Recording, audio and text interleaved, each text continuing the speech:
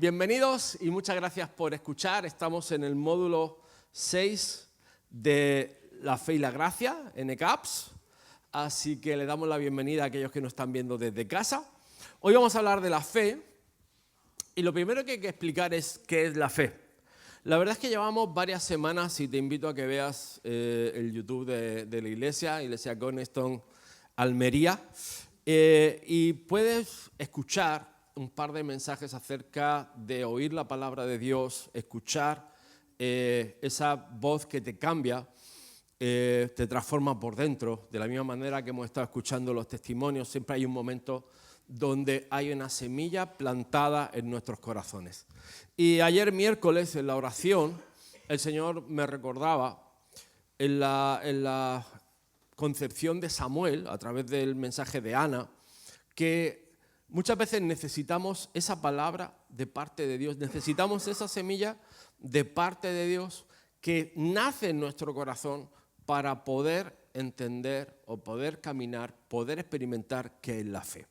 Hebreos 11:1 dice, es pues la fe, la certeza de lo que se espera, la convicción de lo que no se ve. Certeza no es otra cosa que la garantía y seguridad de las cosas que esperamos. Y convicción es estar seguro de la realidad no visible y no tangible. Ahora, déjame decirte algo, la fe no es imaginación. Es decir, no me imagino, no me proyecto, no me visualizo. Eso es mindfulness, eso es otro tipo de cosas en las cuales nosotros no creemos. ¿Ok? Hay un montón de libros por ahí, uno muy famoso como El Secreto, que si yo me imagino montando en un Lamborghini, el universo lanza un mensaje y acabo conduciendo un Lamborghini. O sea, paparruchas. O sea, de verdad, la fe es otra cosa. La provisión de Dios es otra cosa, la sanidad de Dios es otra cosa. Y hay momentos donde la semilla de Dios es plantada en tu corazón en función de cómo buscamos a Dios. Últimamente cantamos canciones como quiero moverte, quiero mover tu corazón, quiero agradarte. Lo curioso del mensaje de Ana con Samuel es que ella estaba esperando un milagro, pero de la misma manera que lo esperaba consagrar la vida de Samuel. Y es curioso que esa semilla de fe, ella no se imaginaba teniendo el bebé en sus brazos. Ella anhelaba tener el bebé en sus brazos, es diferente. Ella había un deseo en su corazón y había un deseo de honrar a Dios con ese deseo que había en su corazón. Por lo tanto, cuando viene el momento, ella de agrado, con gozo, no solo se levanta de la oración y deja el llanto, deja el ayuno, deja de estar con congoja, porque sabe que hay una semilla de Dios plantada en su corazón. Ahora, la fe es la base de la naturaleza de Dios. Y déjame decirte algo, Dios no cambia. Malaquías 3:6 lo dice muy claro, porque yo Jehová no cambio. Santiago 1:17 dice, de toda buena dádiva, de todo don perfecto, desciende de lo alto. Es decir, toda cosa buena que nos sucede viene de lo alto, del Padre de las luces, en el cual no hay cambio ni sombra de variación. Y la segunda parte es, su perfecta voluntad nunca falla. Yo conozco que todo lo puedes y que no hay pensamiento que se esconda de ti. No puede mentir. Es decir, Dios no miente, no cambia de opinión. Mire, yo a veces tengo temor o tengo pánico cuando me dicen, ¿he sentido qué? Déjame decirte algo.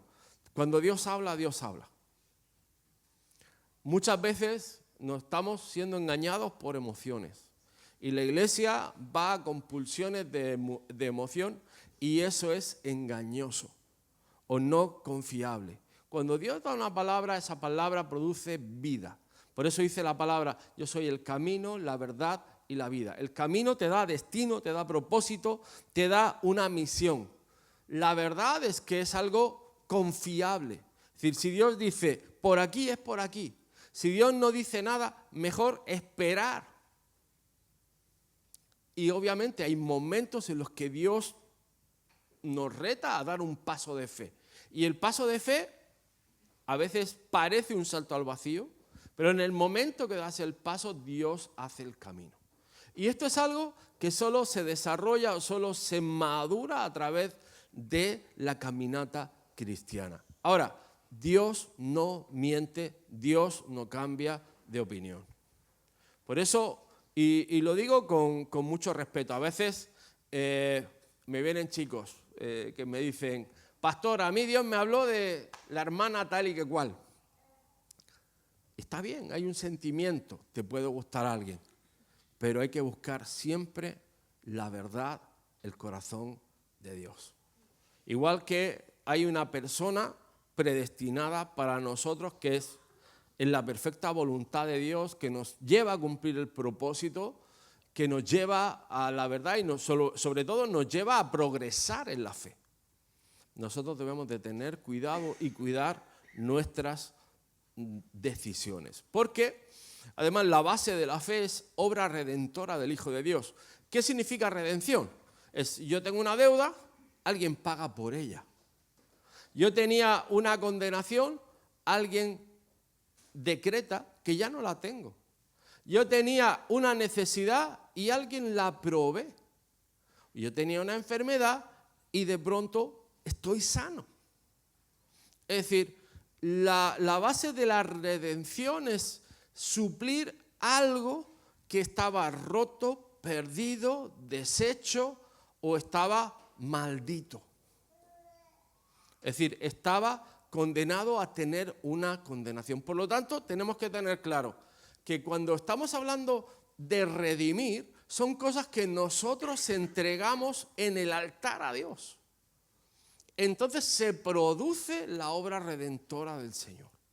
Es decir, aquellas áreas de tu vida que tú no entregas, de ninguna manera creas que va a venir la madrina con la varita mágica, chichichiflus, y te vas a convertir en calabaza. O mejor dicho, la calabaza se convierte en carroza.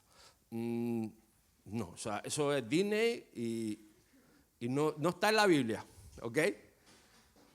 Pero lo que tú entregas en el altar, o sea, el caso más famoso de entregar cosas en el altar, Abraham y Isaac.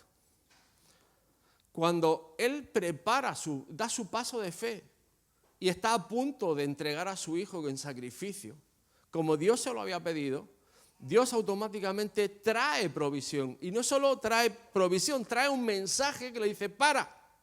Y el ángel de Dios le aguanta la mano y aparece una provisión de parte de Dios. ¿De dónde apareció el carnero? Dios le envió. De la nada había una provisión para ese sacrificio. Pero tenemos que entender que si no entregamos áreas, Dios no las va a redimir. ¿Puedes trabajar más? Sí. ¿Vas a tener mejor provisión que la de Dios? Déjame decirte que no. Muchos de los milagros de sanidad, por supuesto, recomiendo a los médicos, pero la mayor sanidad viene de parte de Dios. Y déjame decirte una cosa más importante todavía. Muchas de las sanidades tienen que ver con el alma, con las emociones, con la falta de perdón, con ataduras, con heridas del pasado, con conflictos familiares, con ofensas. O sea, hay muchas de las enfermedades que sufrimos vienen de congoja y vienen de cosas segundas. Y sí, obviamente puedes tomar pastillas, pero la obra sanadora de Jesús, la obra redentora de Jesús, tiene otro nivel de sanidad, mucho más profundo y mucho más definitivo. Por eso dice Romanos 5.1, justificados pues, ¿por qué? Por la fe encuentras que la paz para con Dios por medio de nuestro Señor Jesucristo. Hebreos 12.2 dice, puestos los ojos en Jesús, el autor y el consumador de la fe, el cual por el gozo puesto delante de él sufrió la cruz, menospreciando lo oprobio y se sentó a la diestra del trono de Dios. Por supuesto, la palabra de Dios dice que el cielo y la tierra pasarán, pero la palabra de Dios no pasará. Insisto otra vez, la palabra de Dios es confiable. Tenemos que tener cuidado con quién a veces nos da palabras, con quién a veces nos impone las manos, con quién ora por nosotros. Miren, yo tengo mucho respeto por eso, tengo mucho temor por eso, porque a veces, volvemos al asunto, un líder, una persona en autoridad, sobre todo se caracteriza porque su carácter ha sido trabajado, ha sido moldeado, ha sido forjado. Y forjado es calor y golpes, calor y presión. Y Dios te da su forma, no la tuya. Nunca, miren, Moisés, ¿usted cree que Moisés dirigió al pueblo a su forma? No. ¿Abraham hizo las cosas a su forma? No. ¿José hizo las cosas a su forma? No. ¿Isaac hizo las cosas a su forma? No. ¿David hizo las cosas a su forma? No. David tuvo que aprender incluso a cómo llevar el arca de Obed-edom a Jerusalén. Porque ni eso sabían. ¿Y cómo aprendió? Perdiendo la vida de alguien. Entonces tenemos que tener claro que la fe es mucho más profundo, es mucho más grande que un siento. La fe es una certeza. La palabra de Dios es algo confiable, es una base sólida para nuestras vidas. Cuando dice que Cristo es la roca, somos establecidos por la roca que es el Señor. Dice, por ella somos salvos, por gracia sois salvos por medio de la fe, y esto no es de vosotros, pues es un regalo de Dios. Y la fe es necesaria para recibir. Por eso dice Mateo 24, todo lo que pidiereis orando, creed que lo recibiréis y os vendrá. Santiago 1, 6, 7, pero pida con fe, no dudando nada, porque el que duda es semejante a la onda del mar, que es arrastrada por el viento y echada de una parte a otra. No piense quien tal haga que recibirá cosa alguna del Señor. Por la fe vivimos todos los días. Habacuc 2:4 dice que el justo por la fe vivirá. La fe crea, es creadora. Por la fe andamos, 2 Corintios 5:7, no por vista. Romanos 4:17 dice, como está escrito, te he puesto por padre de mucha gente delante de Dios, a quien creyó, el cual da vida a los muertos y llama las cosas que no son como si fuesen. El hecho de que no sea algo ahora no significa que no será. El tema que ahora mismo no tengas tu salud no significa que no vayas a ser sano. El tema que ahora mismo estés quebrado no significa que vayas a ser pobre toda la vida. La pobreza no viene de Dios. ¿Ok? La previsión viene de Dios, la promoción viene de Dios. Ahora, no busques promocionarte. Sé fiel en lo poco, sé fiel donde Dios te ha puesto, sé fiel a Dios. Y por supuesto, ten fe en Dios. Que la fe agrada a Dios. Hebreos 11:6 dice, pero sin fe es imposible agradar a Dios, porque es necesario que el que se acerca a Dios crea que la hay y que es galardonador, es decir, que le da un premio al que busca. Por eso Ana tuvo el premio de tener a Samuel, porque estuvo buscando, creyendo sin duda que ella podía recibir el galardón de Dios. El que tiene fe no va a retroceder. Hebreos 10, 38, 39 dice, mas el justo vivirá por fe, está hablando de Habacuc, y si retrocediere no agradará a mi alma, pero nosotros no somos de los que retroceden para perdición, sino de los que tienen fe para preservación del alma. La fe debe de ir acompañada de una declaración con tu boca, es decir, como a veces nos gusta nuestro estado antiguo. Miren, uno puede estar bien o mal, no lo sé, pero no te acomodes a tu estado mal. No te resignes a una enfermedad, no te resignes a la pobreza, no te resignes a la frustración, no te resignes a la obra del enemigo. Es decir, Dios tiene planes mejores para ti. Dios tiene planes mejores para tu familia. Ahora, la fe también es activa. Santiago 2:17, así también la fe, si no tienes obra, es muerta. ¿Qué se consigue a través de la fe? Se consigue salvación. Como dice Efesios 2:8, porque por gracia sois salvos por medio de la fe, y esto no es de vosotros, pues es don de Dios.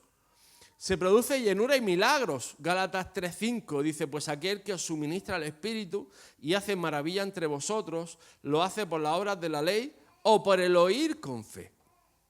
Produce sanidad. Y la oración de fe salvará al enfermo y el Señor lo levantará. Y si hubiera cometido pecados, le serán perdonados. Esto es una práctica que Jesús hizo muchas veces. Antes de llegar a orar por alguien por sanidad, lo primero que le decía es, tus pecados te son perdonados. Lo primero que hacía era proporcionar una restauración, una reconciliación con Dios. Y esto es importante que entendamos que la reconciliación con Dios es necesaria. Que muchas de las veces creemos que estamos viviendo súper guay, que no tenemos necesidad de arrepentimiento.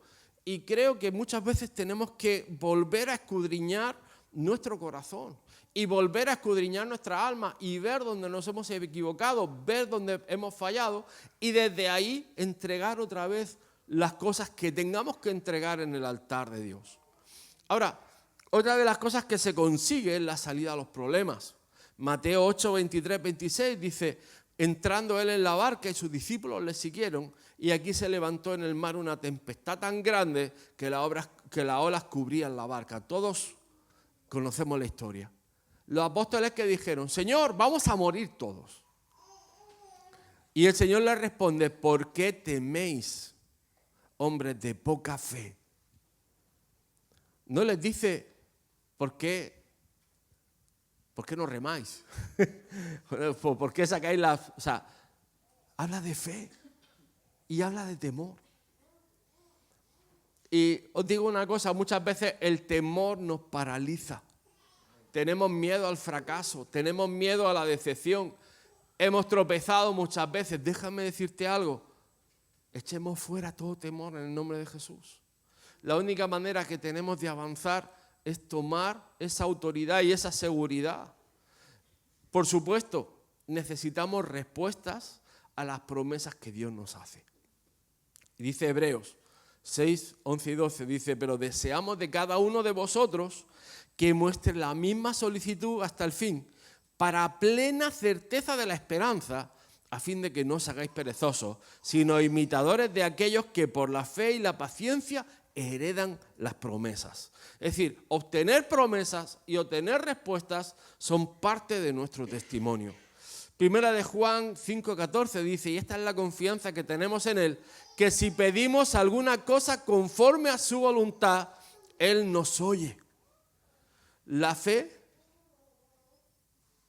hace lo imposible. Mateo 17:20 dice, por vuestra poca fe, de cierto os digo que si tuvierais fe como un grano de mostaza, moveríamos montañas. En Mateo 13, del 31 al 32, le dice a los discípulos, el reino de los cielos es semejante a un grano de mostaza que un hombre tomó y sembró en su campo, el cual a la verdad es la más pequeña de todas las semillas, pero cuando ha crecido es la mayor de las hortalizas y se hace un árbol, de tal manera que vienen las aves del cielo, hacen nidos en sus ramas. Por supuesto, Juan nos dice, vas a ver la gloria de Dios si crees. La fe nos hace vencedores, porque todo lo que es nacido de Dios vence al mundo. Y esta es la victoria que ha vencido al mundo. Y dice, nuestra fe. ¿Quién es el que vence al mundo? Sino el que cree que Jesús es el Hijo de Dios.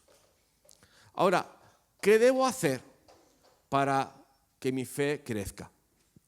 Lo primero es oír la palabra de Dios.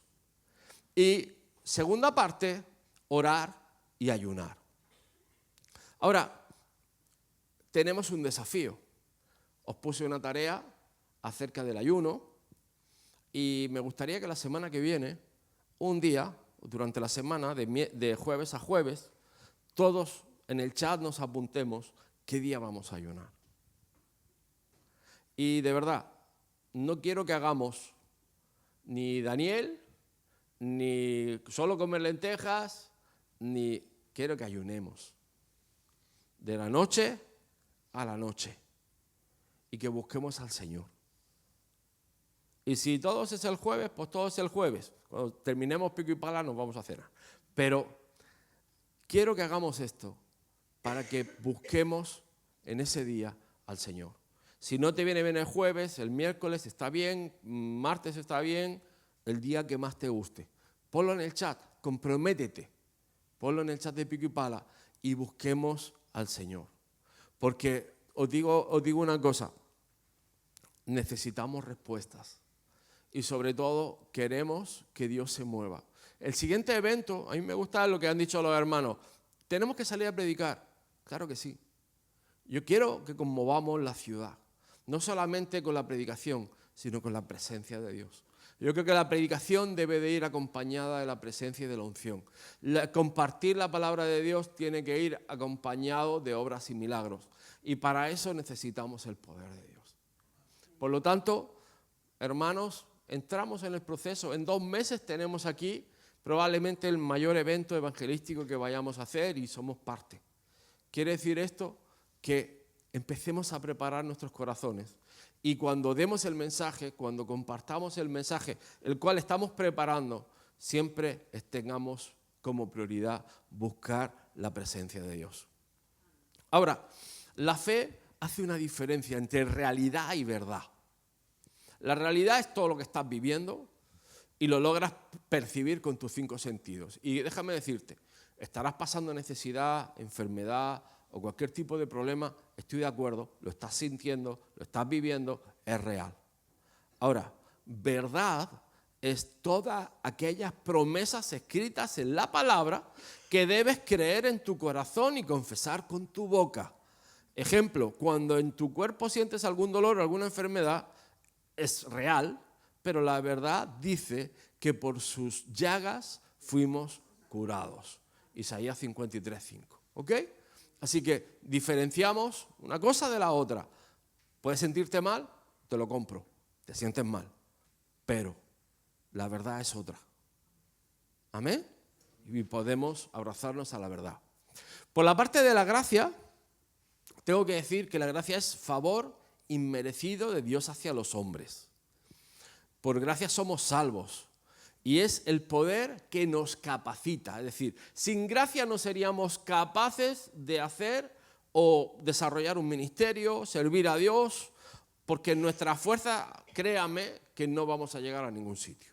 Segunda de Corintios 5:17 dice, de modo alguno, si alguno está en Cristo, nueva criatura es. Las cosas viejas pasaron, he aquí todas son hechas nuevas. Así que, y dice más adelante, no os ha sobrevenido ninguna tentación que no sea humana, pero fiel es Dios que no os dejará ser tentados más allá de lo que podéis resistir, sino que también dará juntamente con la tentación la salida para que la podáis soportar. Ahora, a mí me gusta el ejemplo de las 5 vírgenes, porque el otro día me preguntaban, pastor, acerca de los números, acerca del significado de los números en la Biblia, ¿qué repercusión tienen? Ok, mira, el número 5 habla de la gracia. Y empiezo, ¿por qué? O sea, es decir, los 5 primeros libros de la Biblia, el Pentateuco, es la base del pacto donde Dios muestra su favor al pueblo. Las 5 ofrendas principales en Levítico son medios de acercamiento a Dios. David escogió 5 piedras lisas en 1 Samuel 17:40, confianza en la gracia de Dios más que en la fuerza. Y Jesús alimenta a 5.000 con 5 panes, provisión sobrenatural por gracia. Ahora, os dejo el pasaje de las vírgenes y quiero que leas que hay 5 vírgenes que se van y 5 vírgenes que se quedan. Lo curioso de la gracia es que lleva, como las monedas, lleva un anverso que se llama juicio. Hay una gracia maravillosa para cada problema. El pastor Bailey explicaba la gracia como los colores. Así es tu problema, a veces tu necesidad puede ser económica, pero tu necesidad económica es diferente a la mía. Pues si fuera verde, hay una gracia de tu verde y hay una gracia de mi verde. Si tienes una enfermedad y necesitas gracia para ser sano, Yo puedo tener otra enfermedad. Y digamos que la gracia es naranja. Pues hay un naranja para ti, hay un naranja para mí. ¿Ok? Pero cuando hablamos de juicio, hay que tener claros 3 momentos. La puerta se llega a cerrar. Es decir, las oportunidades que Dios nos da no son eternas. Hay un momento donde se define quién entra y quién no. Y esto es una realidad. Hay un rechazo personal. Dios le llega a decir, no os conozco. Y no nos conoce por una falta de relación real. Conociendo la verdad y no hay relación. Y hay una consecuencia con la negligencia. No prepararse tiene consecuencias. No basta con ser parte del grupo. Tienes que tener tu lámpara, haber preparado el aceite, haber comprado, haber sido previsor y haberte preparado. Y déjame decirte algo, el juicio es justo y definitivo. Por lo tanto, la gracia de Dios es maravillosa porque nos capacita para pasar, para soportar la tentación o cualquier prueba que venga de parte del enemigo. Pero déjame decirte algo, tienes que tomar la oportunidad y tienes que prepararte. Porque igual que tienes la gracia, igualmente tienes el juicio. Recuérdense de la moneda. La moneda tiene la cara A y tiene el anverso. La gracia tiene un tiempo finito. La gracia no es eterna. La salvación es eterna. Pero la gracia llega un momento, hay un momento donde se define si te vas al cielo, si no te vas al cielo. Si vas a promocionar para las cosas de Dios o no vas a promocionar. Si vas a tener un mayor nivel de unción o no vas a tener un mayor nivel de unción. Si vas a ser sano o no vas a ser sano. O si vas a tener esa provisión o no la vas a tener. Hay un momento de inflexión. Hay un momento de inflexión. Y esos momentos, te pongo un ejemplo, Saúl. Cuando Samuel se acerca y le pregunta, ¿qué estás haciendo? Él podía haber dicho, me he equivocado. Perdóname, hagamos ofrenda que pueda arrepentirme delante de Dios y pueda alcanzar gracia y misericordia de parte de Dios. Estoy seguro que Dios hubiera perdonado a Saúl. Y ese es el momento. Hubo un momento de la tribu de Benjamín, si lees el final de Jueces, que tuvieron un momento para arrepentirse. Y en vez de arrepentirse, se pusieron orgullosos. Ese día, los días siguientes, fallecieron 25.000 hombres de la tribu de Benjamín. Y sus hermanos tuvieron que redimir la tribu. Y así podría seguir. Hay momentos que son definitivos. Y tenemos que tenerlo claro. Que no te engañen, que la gracia es como, puedo seguir haciendo lo que yo quiera. Entonces, le vuelvo a dar al dado y a ver qué número sale. La gracia tiene un anverso que se llama juicio. Por eso tenemos que cuidar de nuestra salvación con temor y fervor. Y terminar la carrera hasta el final. Amén. Que el Señor os bendiga mucho, los amamos, sean buenos. Chao, chao.